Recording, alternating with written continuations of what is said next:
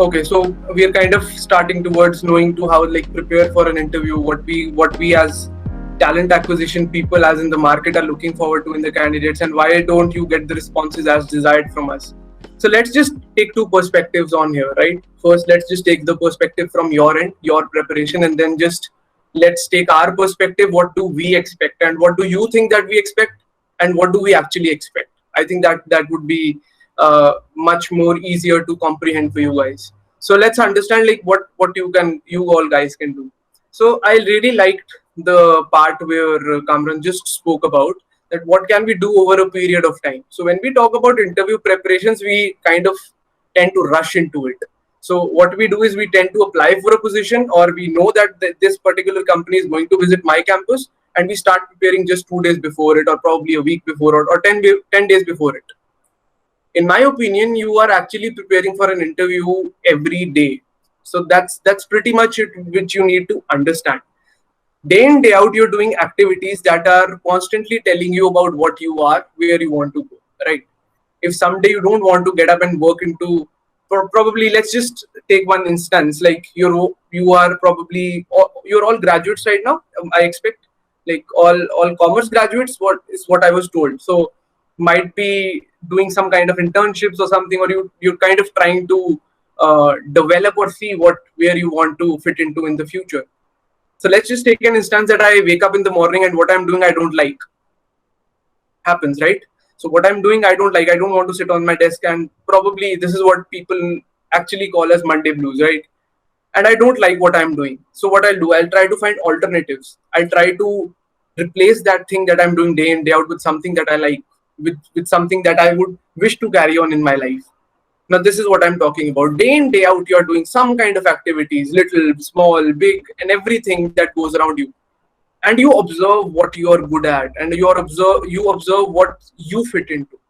So that's how you kind of lay the foundation for like preparing for any kind of interview that you have to sit for. So first, clear up in your head that interview preparations don't happen in one day, 1 week, or in a month. They happen over a period of time.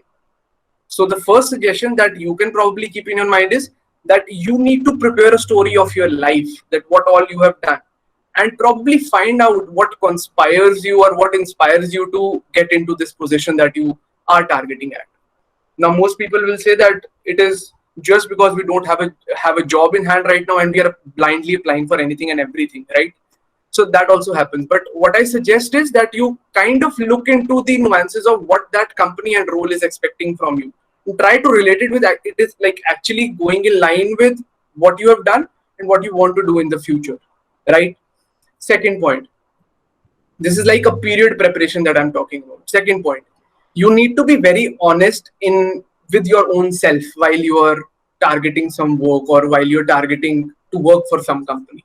Understand, I'm spending some money when I am trying to hire a resource for myself or for my company, right? There is a cost involved behind every employee that comes into the company.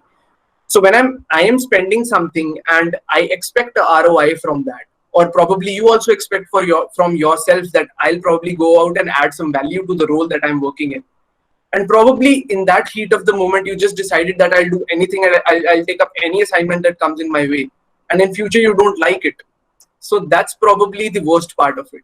So you might befool yourself, or you might take a step forward and you decide that yes, I'm probably comfortable in this kind of a thing, but in future you might not.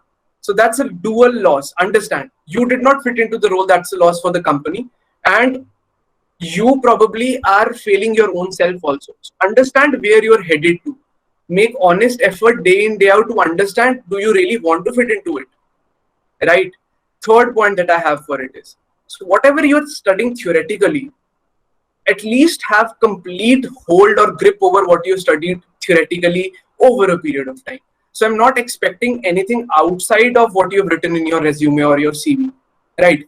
So only one thing that you have in your hand is probably submitting the CV to me at the earliest. Okay, so I'll go through it. I'll find that yes, this is the person that I want to meet or probably have a word with, because I find that this person can fit into what I'm looking forward to. Okay, so just whatever you've written there, just try to have a complete grip over it, because that is your thing that you've put forward to me.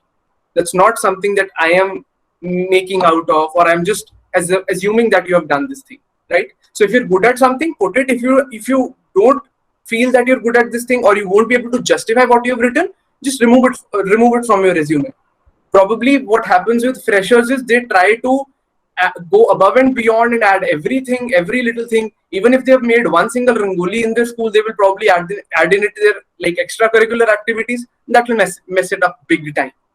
So what I'm trying to explain is that two things, crisp, short, but explaining what you have done, are much better than 20 things on your resume that probably will lead you into a big trouble.